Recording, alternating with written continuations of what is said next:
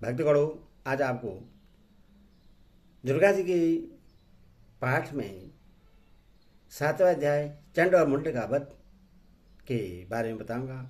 आप उसको ध्यान पर सुने और आपसे नर्म निवेदन है कि आप भक्ति माँ भगवती चैनल को लाइक एंड सब्सक्राइब जरूर करें। भगवती माता आपका कल्याण करेगी। सुनिए, पहले ध्यान। मैं मातंगी देवी का ध्यान करता हूँ। वे रत्नमयी सिंहासन पर बैठकर पढ़ते हुए तोते का मधुर शब्द सुन रही है। उनके शरीर का वर्ण श्याम है। वे अपना एक पैर कमल पर रखे हुए हैं और मस्तक पर अर्धचंद्र धारण करती हैं तथा कहार पुष्पों की माला धारण की वीणा बजाती है। उनके अंग में कसी हुई चोली शोभा पा रही है। वे लाल रंग की साड़ी पहने हाथ में शंखमयी पात्र लिए हुए हैं। उनके बदन पर मधु का हल्का हल्का प्रभाव जान पड़ता है और ललाट में बिंदी शोभा दे रही है।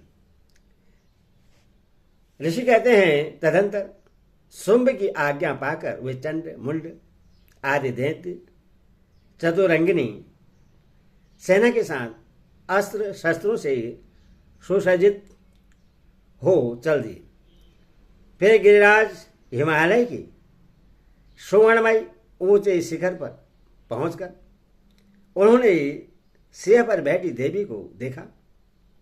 वे मंद मंद मुस्कुरा रही थी। उन्हें देखकर दैत्य लोग तत्परता से पकड़ने का उद्योग करने लगे। किसी ने धनुष तान लिया, किसी ने तलवार संभाली और कुछ लोग देवी के पास आकर खड़े हो गए। तब अंबिका ने उन शत्रुओं के प्रति बड़ा क्रोध किया। उस समय क्रोध के कारण उनका मुख काला पड़ गया, ललाट में भौहें टेढ़ी हो गई और वहां से तुरंत विकराल मुखी काली प्रकट हुई जो तलवार और पास लिए हुई थी।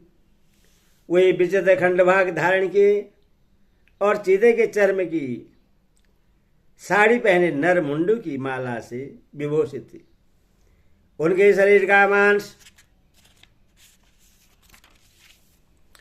सूख गया था, केवल हड्डियों का ढांचा था जिसे वह अत्यंत भयंकर जान पड़ती थी। उनका मुख बहुत विशाल था। जीभ लप लपाने के कारण वे और भी डरावनी प्रतीत होती थी।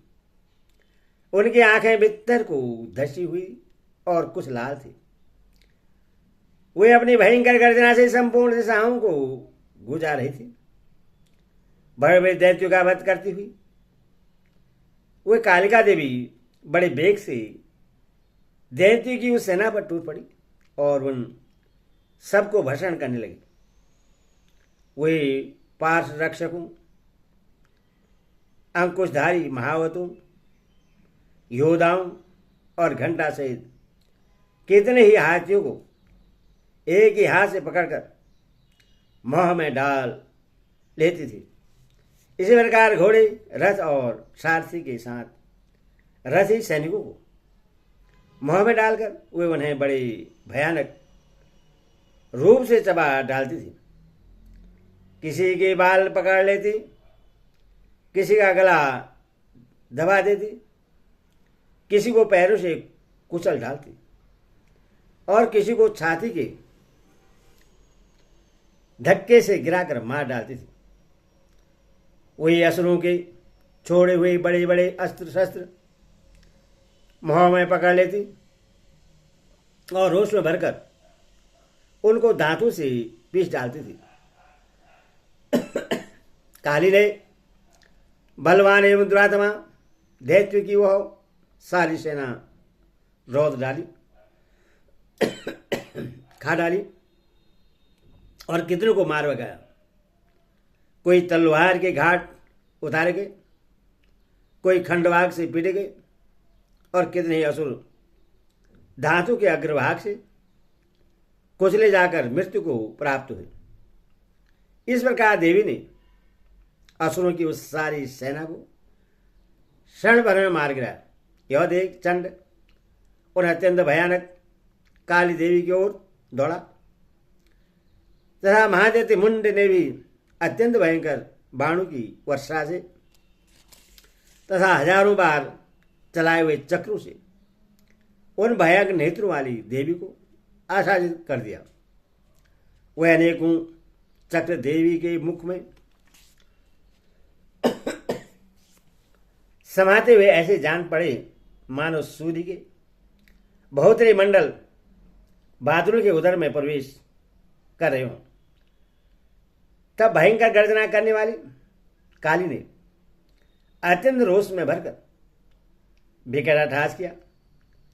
उस समय उनके विकराल वदन के भीतर कठिनता से देखे जा सकने वाली धातु की प्रभा से वह अत्यंत उज्ज्वल दिखाई देती थी। देवी ने बहुत बड़ी तलवार हाथ में ली, हम का उच्चारण करके चंड पर धावा किया और उसके केस पकड़कर उसी तलवार से उसका मस्तक काट डाला। चंड को मारा गया देखकर मुंड भी देवी की ओर दौड़ा। तब देवी ने रोष में भरकर उसे भी तलवार से घायल करके धरती पर सुला दिया।